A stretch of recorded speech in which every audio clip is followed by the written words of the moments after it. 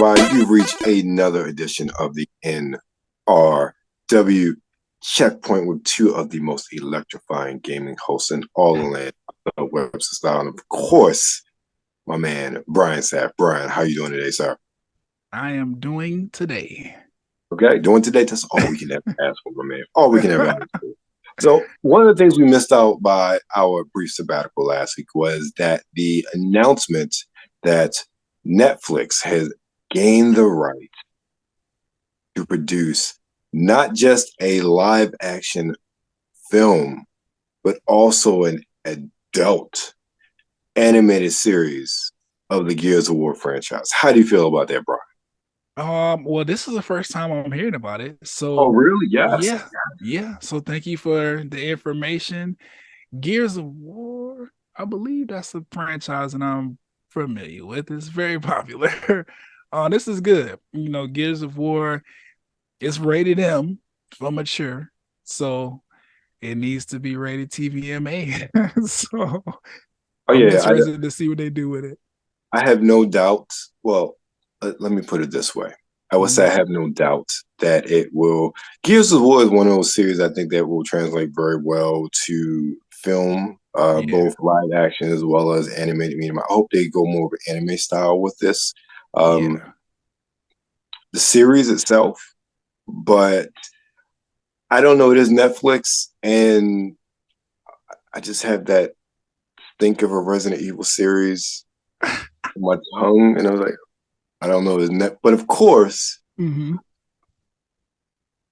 okay, the Halo series isn't bad. It takes a lot of divergence or diverges a lot from the source material. And I understand its own universe, but most of my issues with that series are more story elements, not necessarily the quality of the acting, but it's still so much. Look, at least I enjoyed watching through the Halo series.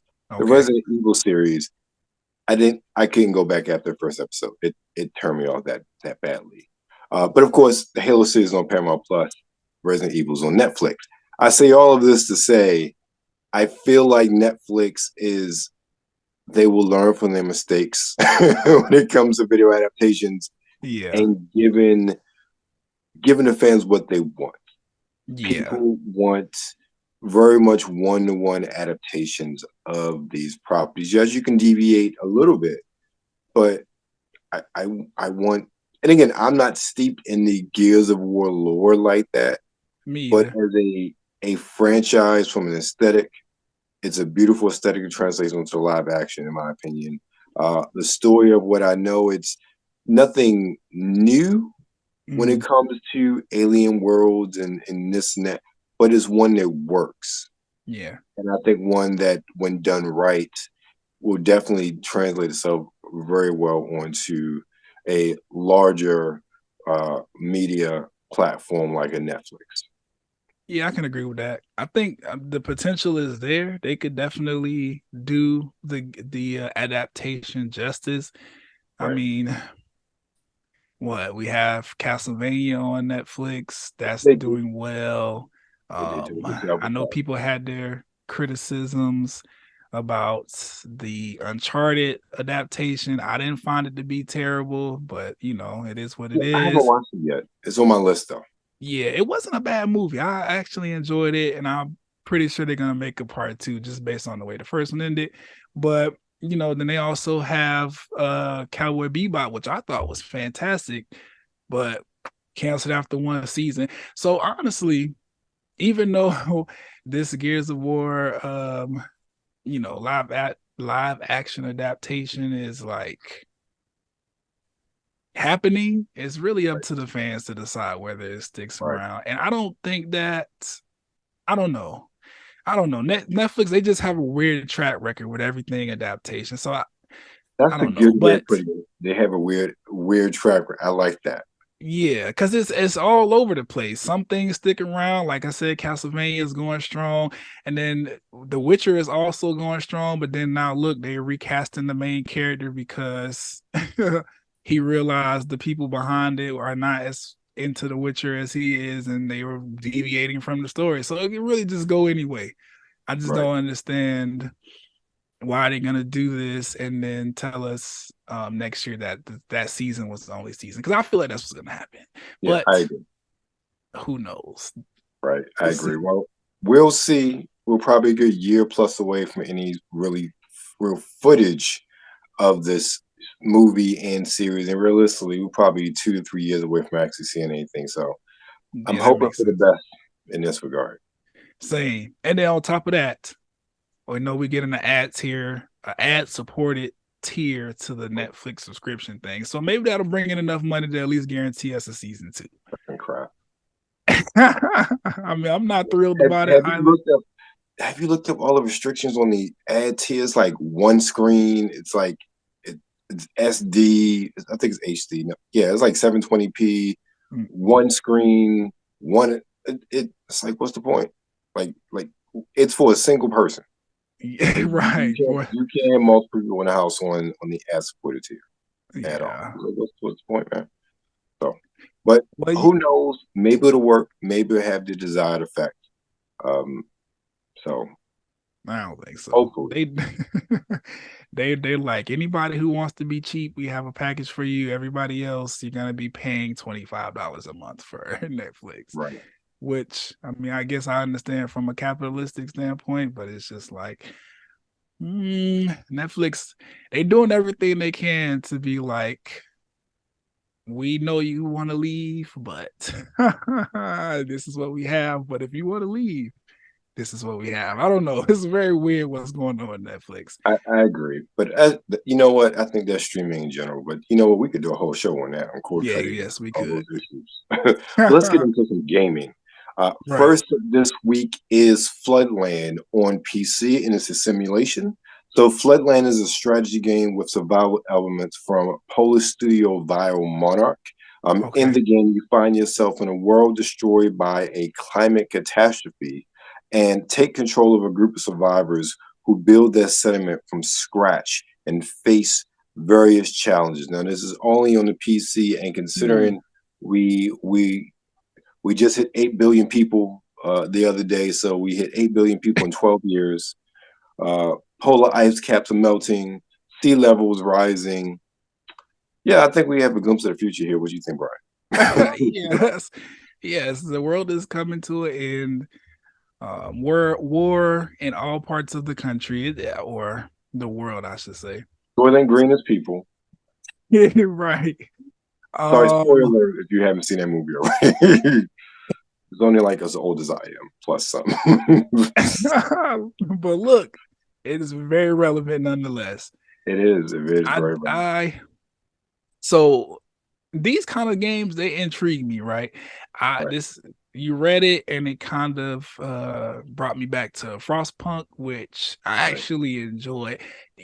The funny thing is that game was actually so difficult. I had to like stop playing it because I could not get my people to live past all of the shit that was happening in this post frostbitten world. I don't know. Either way, Floodland sounds in the same vein. And for whatever reason, I like trying to see if people can survive, if I can help them survive, I should say. So I agree. It sounds interesting. We are watching trailer for that. And I will say we have a cadre of unique games like Floodland today. And the next one up is Pentiment, and that's on the Xbox One, SX, and PC, and it's also dropping day one on Game Pass. This is a little quote-unquote indie game from Obsidian Entertainment, you know, the Outer Worlds, Fallout, New Vegas, you know, not exactly an indie studio. But in this game, it's an adventure. So in Pentiment is a narrative adventure role-playing video game set in Bavaria in the 16th century. The player is a journeyman and with a story that spans 25 years. So you play as journeyman artist Andreas Miller, and you investigate the murder of a prominent person for which his friend has been accused of murdering. So over the course of 25 years, and non-canonically, it reveals a true murderer. Instead, the player is meant to accuse the individual based on either who they think did it or who deserves punishment. And this is also concurrent with the main murder plot. There are also other crimes and conspiracies. So I hear that. I'm thinking almost like a 16th century ongoing story of Clue. There you go. Yep. That's what it is to me as well. Or Guess Who? You remember that game, Guess Who? I do remember Guess Who, with the little faces popping up and everything. Yes. It was almost like it was like Clue times Battleship. Yeah. Yes, I would agree with that.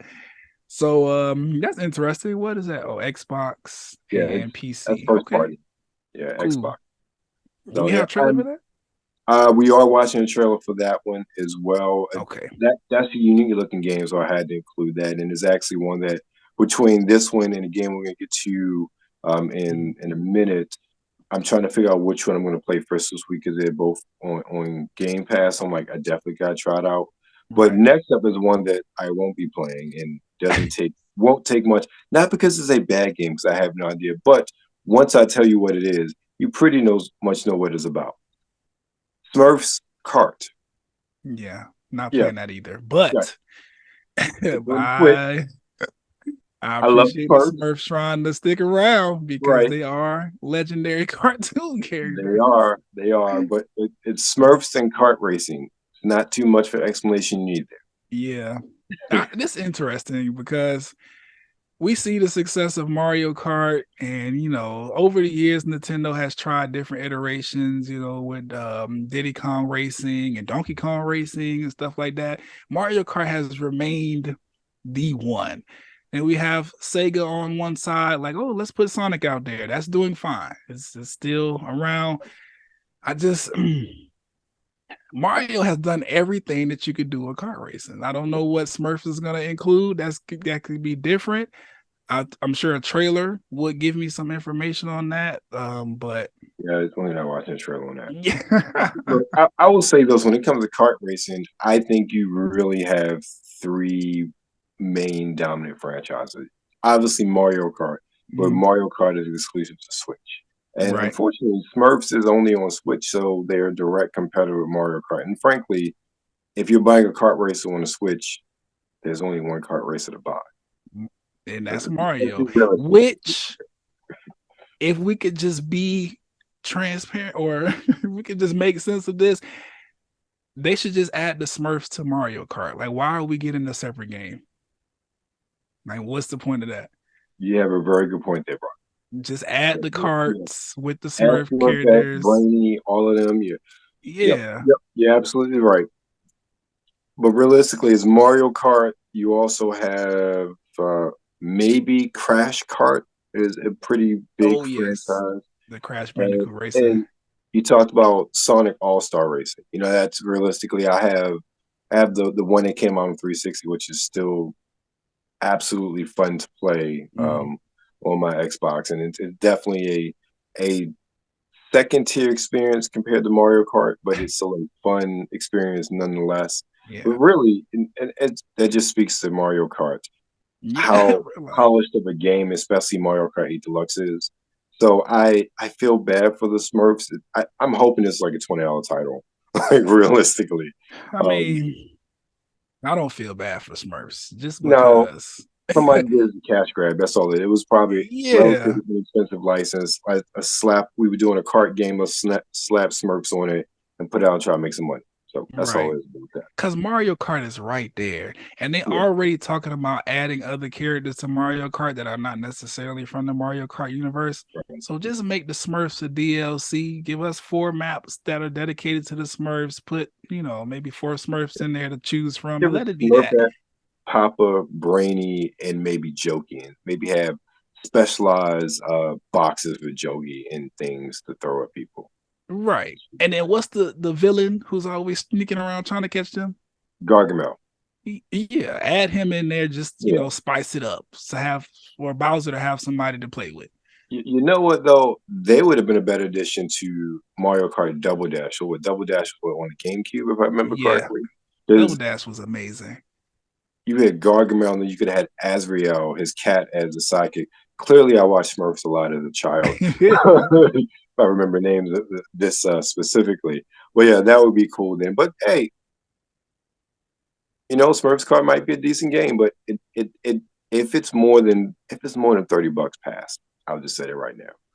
I'm gonna let you know right now. I'm not doing it. I don't have anything against the Smurfs. It's just You got Mario Mario Kart Kart. has it on the Right. Switch at least. Now, if they open this up to all the rest of the consoles, maybe, because that's how Sonic Racing got me. I downloaded that for the PS4, the latest version that came out. I downloaded that. I enjoy it. It's a fun racing game. But Yeah, we was talking about Switch. Let's stay with Mario Kart. Exactly. So let's switch gears from Smurfs Kart to Somerville. And this is a game that's coming out on the Xbox One, S, X, and PC. And it's also dropping day one on Game Pass. This is an adventure game. So in this game, you play from a third-person perspective with platform game-like elements. And it's presented without dialogue or narration, instead using the setting, environments, and animations to tell the story. The player controls the father of an everyday family as an alien invasion begins and must guide the family across various environments, some of which are controlled by alien creatures and machines. Now, this is a game that we're watching a trailer for this. I believe it's from the same studio that did Limbo. So if you play Limbo, that sort of gameplay mechanic is there. And I think I played Limbo maybe a couple weeks ago as part of a Game Pass. You play games, you get points and everything. So if it's from that same studio, it's definitely going to have a very creepy vibe because even in Limbo, you're kind of ducking and trying to escape, and you have all these things in the background, and you're trying to get found out by the dogs and the guards and staying away from the lights. So if it's anything like that, this is definitely something that I want to play. Okay. Yeah, let me we watching the trailer for that, you said, right? Yes, we are watching trailer for that. Okay. I'll get my thoughts in. Yeah. Next up we have, Call of Duty Warzone 2.0. It's for PS4, 5, Xbox One, S, X, and PC. It's free to play Call of Duty. Yeah. Yeah, if you are into yeah, I mean, so every gamer knows this. Yeah. There's a main Call of Duty franchise, and then they've branched off into Warzone, which is the battle royale version of Call of Duty. There's not much else outside of that. Yeah, exactly. And this is a game that I just don't understand why it's on Switch. Well, oddly enough, and I'll talk about this on the upcoming episode of the Talk+Play blerdcast. Phil Spencer, is the head of Xbox. Oh, yes, I know Phil. Yes, he says that he is very, very interested in putting Call of Duty on the Switch. That's actually one of his goals, buying Activision. So in the years to come, I'm pretty sure they'll make their way over to Switch. Yeah, as long as Sony stop acting like a little baby. They ain't got no choice, because what are you complaining about? And he even said that we have no intention of taking Call of Duty off of PlayStation anytime soon. So Sony could just go ahead. I don't understand why they're acting like a spoiled brat. I don't either. Business-wise, it makes no sense. In that situation, I feel like there's something else going on that Sony doesn't want to talk about, because, and this is diverging from even this topic, but there are so many IPs that Activision Blizzard owns that I'll be afraid of going exclusive to Microsoft platforms instead of Call of Duty. Yeah. And I don't think PlayStation necessarily understands that they too have IP that are across the Xbox game sphere, that they also have the right to make PlayStation exclusive if they want to. No, didn't we just buy the people who make Bungie? Destiny? Bungie? Yeah. Is it Bungie? But Bungie, if you wanted to, you can pull it off of whatever. I mean, nobody's doing that sort of game anymore. Nobody's taking these humongous multi-platform titles and making them exclusive. People talk about Bethesda. Let's be frank. Bethesda, for the most part, outside of Fallout, Skyrim, none of their titles are like, well, I wouldn't say none of, but they got Frank Wolfenstein and whatnot. But come on now, none of these are Call of Duty. None of these Yeah. are Minecraft when it comes to sales and when you think multi-platform exclusive. Even looking at what's coming out from Bethesda is going to be multi-platform. They're all new IP. So I don't get it. But anywho, Call of Duty, free to play, Warzone 2.0 Yeah. is out on every major system except for the Switch. So, if that's your thing, go for it. But and if it's not, try it out. It's free to play. Why not? Yeah. Okay. Listen, what now? I've played Warzone. I really enjoy the plunder mode. I haven't played in a while because like I'm not into Call of Duty anymore, but the plunder mode is fun. Now that's a very fun mode that they added in there. That's cool. But if you are a Call of Duty player and you have not gotten into Warzone 2.0 yet, I will say that proximity chat is either coming to the game or it's already been added. So if you're into shit talking, then you might you might really enjoy this new iteration of Warzone because the clips I've seen on social media have been funny so far. All right, interesting. Well, shit, I'm not in the COD, so I'm not checking it out, but definitely you guys check it out if you're interested. Now, Brian, I have a question. Do you like Mhm. goats? Do I like ghosts? Yes. I mean, they're not my favorite paranormal, but they be around, I guess. Have you ridden a goat? Oh, you said a goat? Yes, a goat. Oh, I thought you said ghost. I'm like, I don't know. I mean, no, I have never ridden a goat. The last time I seen a goat in person, I was maybe in the single digits of my adult or Okay. just life in general. I was a kid last time I seen a goat. I don't know. So, some of us have ridden a goat, if you know you. Okay. But Shout out that's to not all the what we're goat talking riders about out there. today.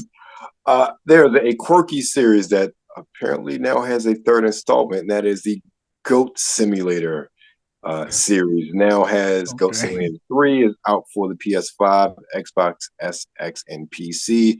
And Mm, this is a series that has been a staple on Game Pass, especially with the second installment. So I played the second installment, and it is weird and it is wacky. So, and this one is obviously a simulator and classification of game type, but gather your herd and venture forth into Goat Simulator 3, an all new, totally realistic sandbox farmyard experience that puts you back in the hooves of no one's favorite female protagonist. That's right. We're doing this again. The bar has been raised, and Pilgor is joined by other goats too. You can invite up to 3 friends in local or online co-op, create carnage as a team, or compete in mini games and then not to be friends anymore. So that's new for the series, to my understanding, that co-op, that both local and online co-op. Now, okay. with Goat Simulator, it's really all about causing mayhem as a goat all around your environment. So you and 3 other friends having just destructive mayhem in the city as goats, that actually sounds quite fun. Okay. I'll take your word for it. We, I've never played any of the goat simulators prior to this one. The last game that I could think of that involved a goat was that cult game we talked about one time, which oddly yeah, enough is yeah. The nominated cultural for land, Game yeah, of the Year this year at the Game Awards. right.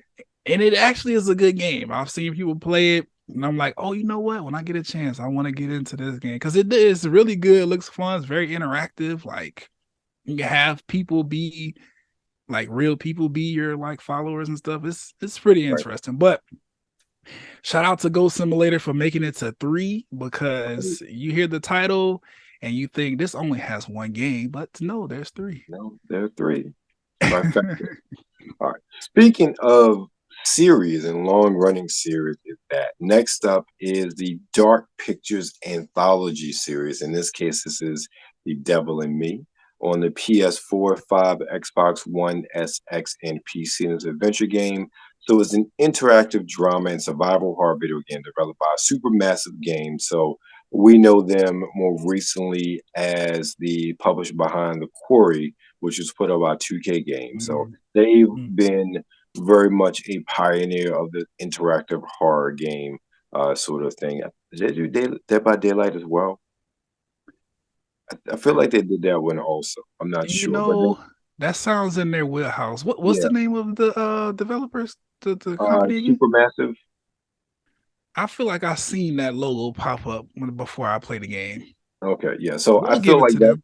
this is their thing, their niche, which is really good. They're getting work from everybody. But this is published by Bandai Namco. The Devil in Me features a cast of 5 playable protagonists and a multi-linear narrative influenced by people choice or player choice. The game's decision-making scenes, of which there are several, can significantly alter the trajectory of the plot and change the relationship between the main character. Due to the choices, any of the 5 protagonists can die permanently. Oh, So if permadeath. you're familiar with the formula of the previous Dark Pictures anthology games, also Dead by Daylight, and again also now with the Quarry from 2K, you know how this runs. It's basically, I would say, an interactive horror movie, and you have to survive. Yeah, which those tend to be really fun when you play with friends. Right. Right. So that's that one again. We're not watching trailer for that, but if you're familiar with that series and that the pedigree of that studio, you already know what to expect. So Right. bring on the bloody. The last game, new game for the week, is one that isn't bloody, but apparently after 25 long years, he is finally the best around, Brian. He has finally become that master Pokemon trainer.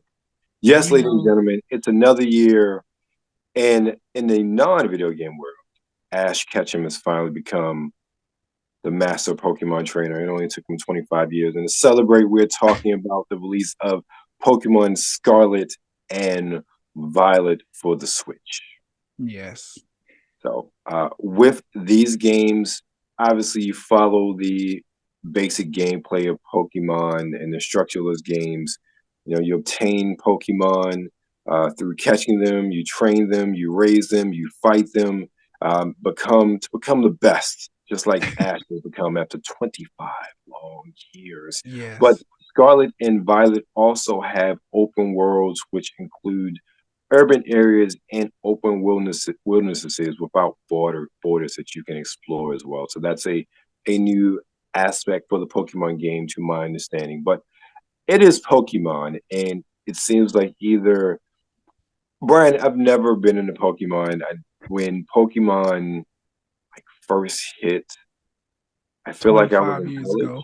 Yeah, I was. Yeah, I was here in college or just about. Yeah, 96. So yeah, it's been a while. Yeah, I was in college in Pokemon here, so I wasn't up on Pokemon or even that crazy. Even the card game, like I was into Magic stuff like that even then, but never got into Pokemon. So it never appealed to me, but I understand the appeal if that makes sense. Yeah. And the fact that this series still has such a rabid fan base after all this time is just amazing to me. And more specifically, like those people who were like kids who played Pokemon when I was in college, they're grown like yourself in many Yes. respects, grown, and are still Pokemon fanatics. And as a gamer, I absolutely love that. And the fact that this series continue to go strong. And also, I always say Pokemon is like a gateway RPG. It has led so Yeah. many people into the world of RPGs without knowing what an RPG was, and they've then gone off to experience so many other stories in regards to just the RPG realm. So it's Pokemon. What more can you say about a title like this? You could love or hate Game Freak and what they do, but look, they know how to put out a Pokemon game, and people buy it, people love it, and that's really all that matters. Yeah. Yes. And I, like you said, one of those young individuals. Let's see, 25 years ago. I'm not gonna do no math right now, but I know I was a kid. I was one of those kids that used to rush home after elementary school and turn on the television. As long as I was home by like 3 o'clock, I was watching the latest episode of Pokemon. And it's interesting that you brought up the longevity that the series has had, because I mean, I fell off of the actual anime quite some time ago, but every now and then I'll pop back in just to see what's going on, what's new, especially when they do stuff like announce a new game coming out. I'm like, okay, let's see what's going on with the current iteration of the show. And what I found was that the anime itself is, I mean, the games are the games. The card game is one thing, and then you have the actual video games, but the anime itself has done a really, really good job of driving Pokemon, because every so often they actually change the style of it. Right. So, you know, I guess the beginning was more of a action show, and then at some point it became a comedy anime, and at some point it was like, you know, kind of like a romance thing. Like they did a very good job of reinventing Pokemon so that they could pick up the generation that's current and keep the older generation, you know, in its clutches and just keep rolling forward. Now, I will say some of these newer Pokemon very lackluster, and that's been my biggest gripe with the series. Like, I don't want Pokemon that are ice cream cones and street lamps and, you know, just things that don't make sense. But I understand there's only so many animals you can model these creatures after. At some point, you have to start, oh, it's a newspaper Pokemon, and oh, look at that, it's a traffic light Pokemon. It's all weird, but yeah, I was thinking that as well. There's only so far you can stretch your imagination when you have, you know, yearly or, you know, bi-yearly releases where you have 200-300 different Pokemon, and you know you have probably a quota for a certain amount of new Pokemon, and you've been doing this for 25 years. Yeah. You know, creative juice is kind of stressed thin, regardless of creativity. Well, hopefully this iteration, Scarlet and Violet, I really feel like, I don't know, there's something to Scarlet and Violet that I'm expecting, but I'm not gonna hold my breath on it, because, you know, we just discussed Ash is now Pokemon Master after 25 years of the series, and he's only aged maybe like 5 years in life. I don't know. Yeah, he still looks the same. But I was reading an article recently, and the Ash becoming Pokemon Master is like his official retirement from being a part of the franchise in like a leadership capacity. Interesting. So I think that Scarlet and Violet is going to like completely reset the Pokemon universe, and we're gonna be introduced to somebody new, a new protagonist, and, you know, move forward. Even though they've had new protagonists in the past, Ash has still always been there looming in the shadows. Like at some point they're gonna meet up, and, you know, but he's Master now, so I'm pretty sure he's like done for at least now. They'll probably bring him back in the future. It's a good evolution, in my opinion. So I'm expecting things out of Pokemon Scarlet and Violet, especially since the very first Pokemon games to come out were Red and Blue, and now we're on Scarlet and Violet, which are also shades of Red and Blue. So we'll see what happens. I don't know if I'm gonna get it, but I like Pokemon, so it's probably gonna happen. We'll see. We'll see. But we're definitely watching that trailer. But first off, let's get into the alien abduction survival sim Somerville.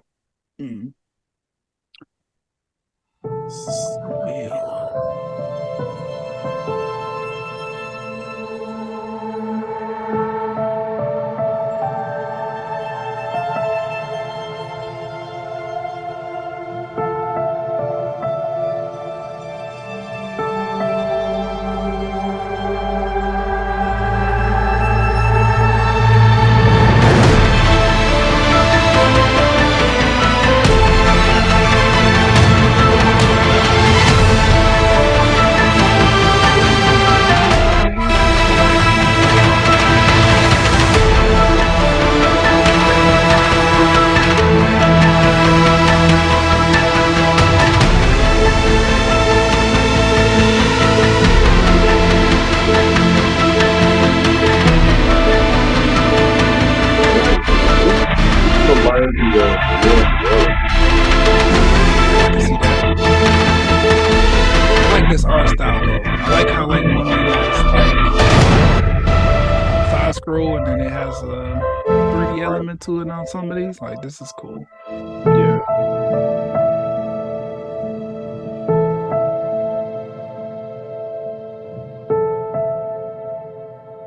Okay. Now, Brian, have you seen the Steven Spielberg remake of War and Worlds with Tom Cruise? No. What? World to World? Yes. I actually feel like I did watch that, but It- I'm gonna say no just because I don't remember. Okay. Well, this reminds me a lot. There were a lot of scenes like there's a classic scene that's remade from the original one where they're in the house and the Martian tentacle eyeball thing is trying to find them. But also the Spielberg version had a lot of uh, countryside, burning cars, that sort of stuff. So I see a lot of that in that trailer, that sort of symbolism of that alien invasion, and you're trying to escape and evade the aliens. And there are a lot of other things like there was a show on TBS many, many years ago called Falling Skies, and that kind of evoked part of that imagery as well. And again, that's sort of standard alien sci-fi invasion sort of imagery, but nonetheless, it captures it very well, in my opinion. Yeah, I agree. The game looks great. Like, I don't necessarily know what the story is like all the way about. It's an adventure game, like you said, played in third person. Okay, but is it aliens? It looks like it's aliens. Okay. They say it's aliens, but you never know. Just because they say it's aliens doesn't mean it Right. could be a red herring. True. It looks good though. Yeah, it does. It does. So we go from an alien invasion apocalypse to one that has been caused by climate change. And this one is Floodland. Floodland. The way Earth is going to be. Luck really was on our side when we found this patch of swamp. Little did we know it was the start of something bigger. We gathered rusted scraps and dregs of the past. They became our groundwork, our foundations.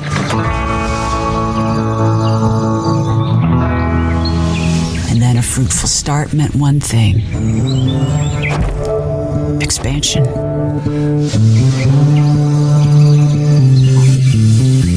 We welcomed others like us, gave them food, shelter.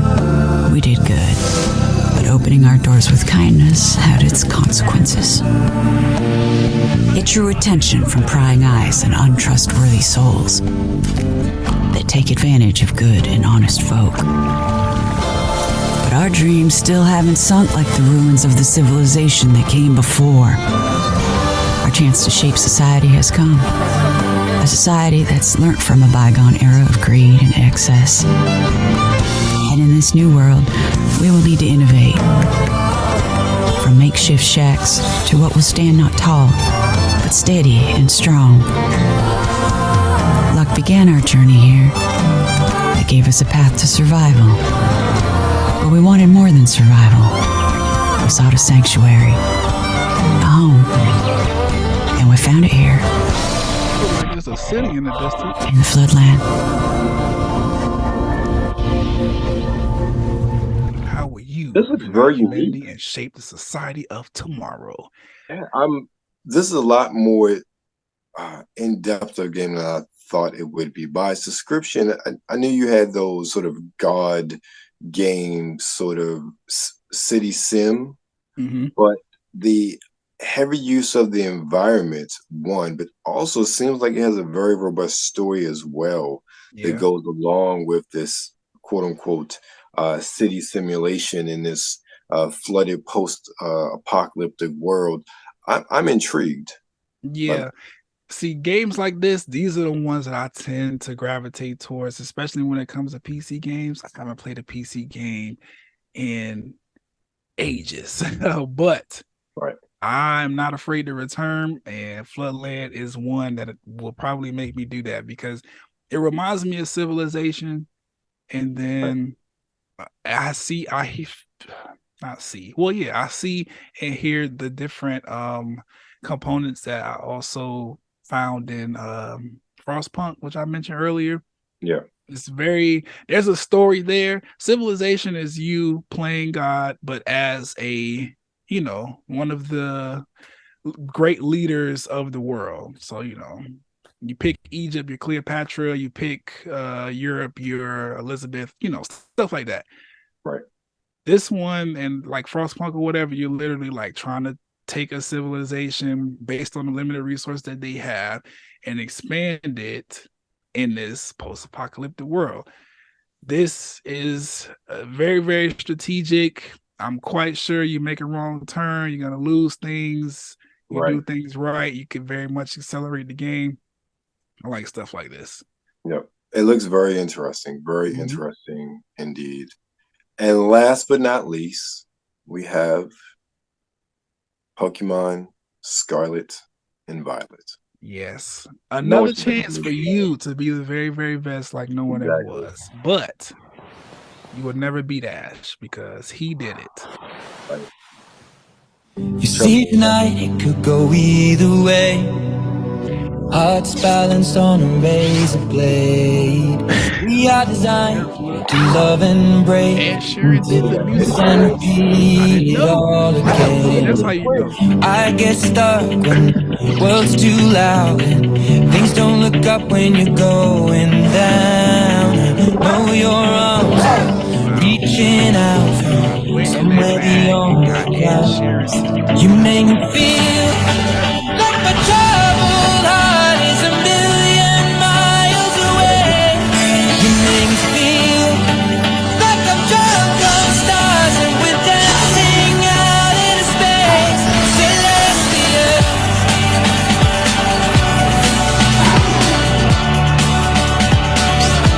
Celestial.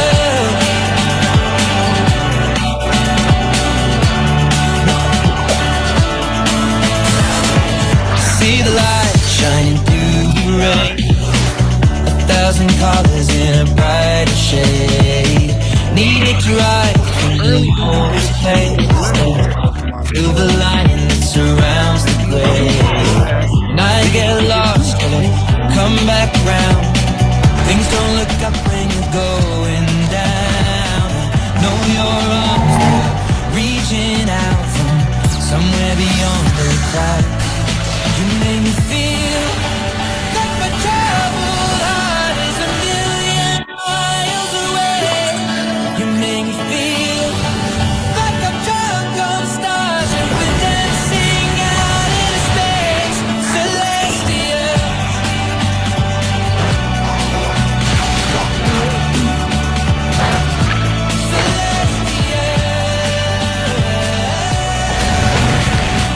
Oh, they are really going for it with this one. We were made to be nothing more than this. Finding magic in all the smallest things. We know is that's what really Mad about the legendary Pokemon being motorcycles. Like, what's you make me feel. We were made to be nothing more than this. Finding magic in Ash? you make me feel. We know what we Looking for keys. makes it like go on and on and on. You make me feel like my troubled heart is a million miles away. You make me feel like I'm drunk on stars and we're dancing out. They're going to say go, so this is Rainbow Family. Right.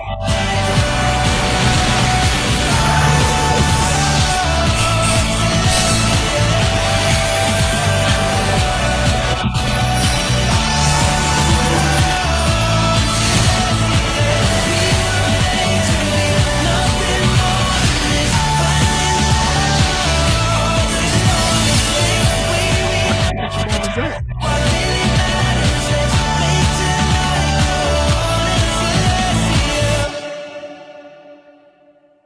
Okay. All right. Some people might be upset with what I'm about to say. Oh no. The one thing I've always liked about Pokemon, especially these newer 3D versions, it's pretty. Right. Pokemon are very pretty. But it still looks very basic. Yes. Especially comparison with like it. Final Fantasy is not a good comparison, but Final Fantasy has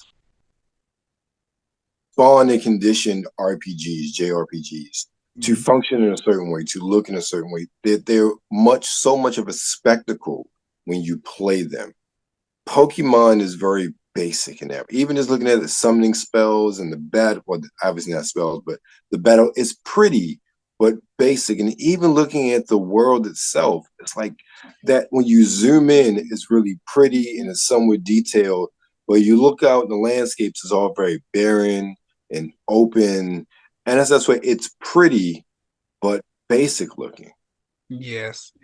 And I know that Nintendo, especially when it comes to Pokemon, they kind of intend for it to be like that because they want to keep it very, very entry level. Like you mentioned earlier, Pokemon is a lot of, especially my generation's first like foray into RPGs. It's definitely the game that got me started on my RPG journey.